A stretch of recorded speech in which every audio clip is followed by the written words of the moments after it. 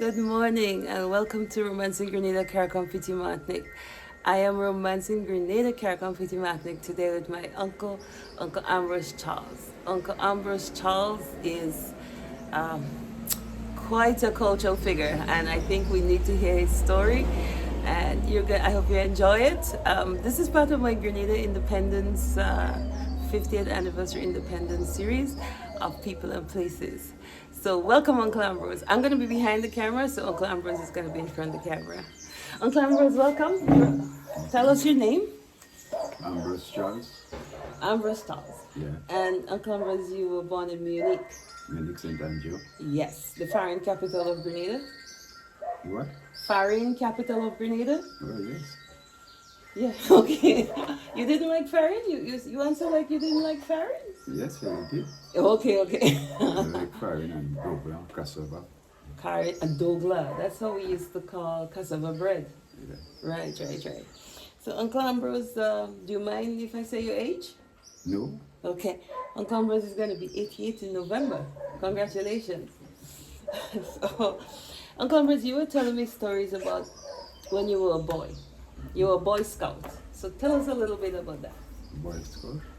Maybe you have to speak up a bit. So can you speak up? Yeah, a little. So what I used to do, Yes, as a Boy Scout, you went camp. on a Sunday, the old people place and we clean their yard for them. Yeah, that's what we used to do.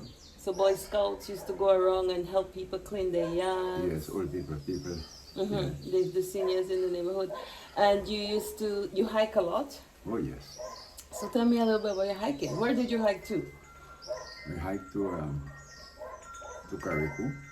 Oh, We went to you Carriacou. and hiked. And then we used to go from St. David to the government. We walked from St. David Government Reserve Parish To Grenada. Grenada. All right. So you used to do the ridges, up and away and up and away, up and over and up and over and over until you reach Grenada. Yeah. Because there's quite a few ridges there. It's very high, yeah? Yeah. Yeah. So you also told me, what's a scout? On my honor. On my honor, I promise to do my best, to do my duty to God and the Queen, to help other people at all times and to obey the scout law. Amen. Good.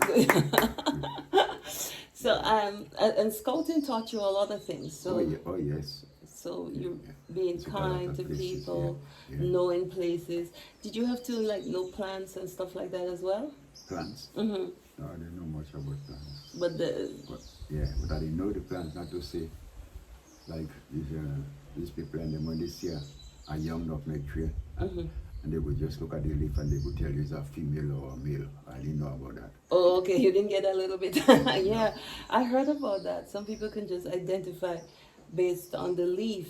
Yeah, some of the old people and them, they knew about that. Yeah, I think I heard when you break it, if the leaf springs a lot of sap, it's a female. If there's no sap, it's a male. Yeah. I can't remember, I could be wrong, it could be the opposite, but I'll find out. So, Uncle Ambrose, you were telling me when you were a kid, you guys used to play marbles. Yeah. And when you played marbles, in whoever yard you were playing marbles. Yes, well, the people and them before, them old people and them before, there was very, very nice people, and the children and them was very respectable. You go in somebody's yard with the son and you're there playing marble, or you're playing your top, and they never let you go without giving you something to eat and drink. There was very thing. If you walk in the road and you see two old people by the road, and you don't say howdy. Oh yes. You're getting a flog when you go home. Oh yes. So the people and them was very nice, and the young people was very true. And you had to know everybody in the neighborhood because you had to know who cousin this and nen and that and parent this was. Oh yes. Yes. Because everybody around the area was very, very close. And then you tell me something. When you were a boy, your family and them used to do those spiritual things by the river. So tell us a little bit about that. Oh yes, they used to say yeah, Mary made in the river. So what they used to do, they used to have a goat or chicken, and they do it up, and they go and put it in the river, by the river, because they say that his family made it, put it there. But when the boys and them come to understand what they was doing, as soon as they put it there and go, they come and take it and eat it up. Because they used to say, yeah, Mary made in the river, especially where there is a big basin in the river. You know, yeah, basin where we used to go and swim. And if you cannot swim, you cannot go in that basin, you jump because it's deep and wide. But I don't know. So what rivers were close to you? The river that was close in to Munich, Yeah, where I was living, people said the river that was close to me, a river we used to call Dig. Dig? Yes, because people used to pass in the yard and go in to the river. River. Was it just one river passing through Munich? Yeah, well, the river that was passing through Munich, that river go down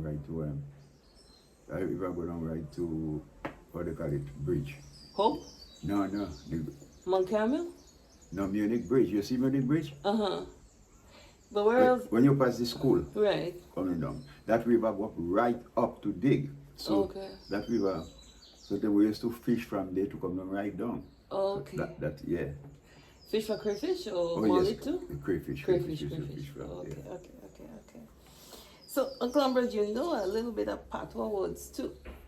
No, my parents knew Patois, but these old people and them they knew Patois, but they didn't want the children them to know Patois, because when these people are speaking, what they say, they don't want the children to know what they say. Right.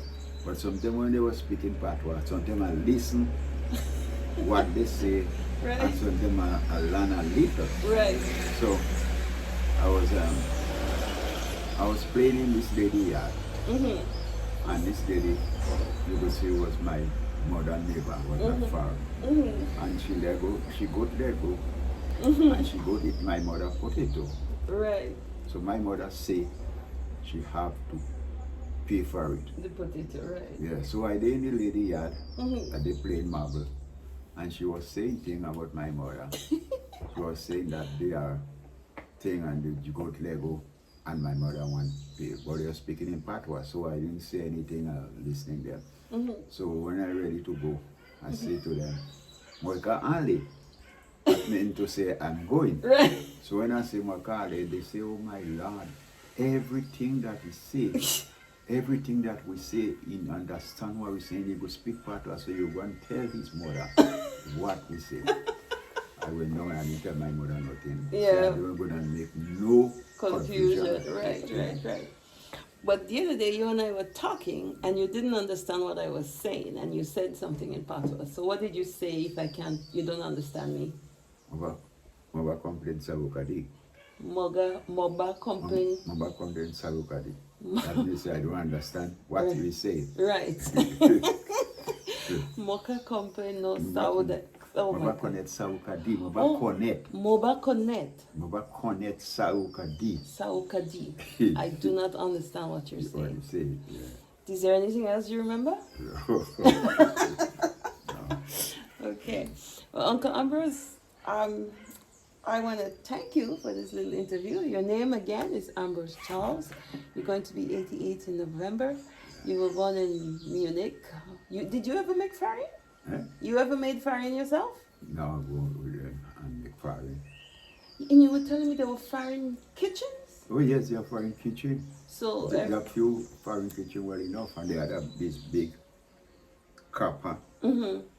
Now where they make the foreign. right. Just push, yeah. So if I didn't have a copper, I would go to this foreign kitchen. Yes. So it's okay. So everybody had their cassava, but not everybody had coppers. No. Right. Because in Munich it's just about Mr. Wody. Super nice. Two people around where I was living. That I know had copper. So, And where we went, the last place, you know, when we drive up to one city, the dam. the dam. There was Mr. Johnson was the knowing left on the right. There was a copper kitchen there again where people go and make their farin, because there wasn't that place was very near to where we was living. But this thing on them is gone. I don't see them anymore. Yeah, no, but I like the idea that it was called a copper kitchen. Yeah. So if I came to Munich with my cassava, it would have to be prepared, grated already or whatever. Yeah. And I asked, oi, you would say, the copper kitchen is at Mr. So-and-so, Miss So-and-so. Yeah, you got works permission too. To do the... Yeah. For them, I will do my own. I'm just using their facility. Yes, you got works Permission. Because when you go and you make that place well clean, so when you finish use it, you have to clean it back, you don't leave it. Right. That is very nice. That is something we should probably redevelop. It fosters community spirit, I think. Yeah, but children don't do that anymore. Yeah, well, we have to teach them. Uncle Ambrose, you and I are going to go back to Munich. because people used to make, that is another because a lot of people live by this faring, this mile, because people used to make the faring, the cassava, the double, the starch, and go and sell it. Starch! I forgot starch. That was a living. Yes. Right. So I want to thank you very much. And I must say, you brought me to Munich. You gave me a little Munich tour, which I like very much. I didn't know Munich was such a big community. Oh, yes. And somebody in Munich told me Munich is the second largest community in St. Andrews to telescope. I don't know yet, but it seems like it's possible that is true. And Munich have many parts. I heard some village names, Mayhook and Mayhook. Tear something. The names of Tearhook. Yeah. And the Maryhook. Marybo. Marybo. Oh. Yeah. I thought it was Maryhook. You see, but those days, the people in Munich, they was very friendly to one another. Yeah. But no, we have bigger houses and less community. Oh, yes. Yeah, right. Because a lot of lots of some of the big houses in there, they got people that come from America, Canada, or England, and some of them build big houses, and even some of them they die before they get to enjoy their house. They get to enjoy the house, and you have a few big houses down there now that is empty. Yeah. Very sad. But I want to thank you, and I am here at your lovely home in Goshen. Goshen is a community in Nadig, and we choose this background to show that you're doing a lot of gardening in the back there. Very nice. You have flowers in the front, but I rather the garden background, and you rather that too, because we want Grenadians to get more involved in gardening, right? So thank you so much. Yes. And I want to ask people to remember to like, share, and subscribe. We are Romance in Grenada, and today we romance with Uncle Ambrose Charles from Munich, who's now living in Goshen, in Nadig. Thank you, and have a good day. When I went with you, that last guy that was lying down, I didn't really explain to me because that man, who was he? One of them. Oh, that's Mr. Lawrence Alexis' son. That's his oldest son, Augustine. Yes. That was something that I should really know because Mr. Alexis. Mr. Alexis was a very, very, very nice man. Because he had a son they called Cuthbert. Yes, Cuthbert. And he had his Stu that I had. Yes, Cuthbert passed away not too long ago. And Mr. Alexis himself, I think he was 104, 105 when he passed away. Yeah. Yes. And your sister recently passed away at 5 days shy of 100, 99. I'm sorry, do accept my sympathy, but. But as well we live long. Yes. Because I have one in Grenada, which is 96. 96. Yeah. Oh, that is beautiful. I hope she make it, Uncle Ambrose. We got to hold out for her. We need more people to live past 100 so they can pass on the culture and, just a bridge between the young and the old. We need people. Okay, so thank you. Yeah, thanks Have a good day. Bye-bye now. Yeah, bye-bye.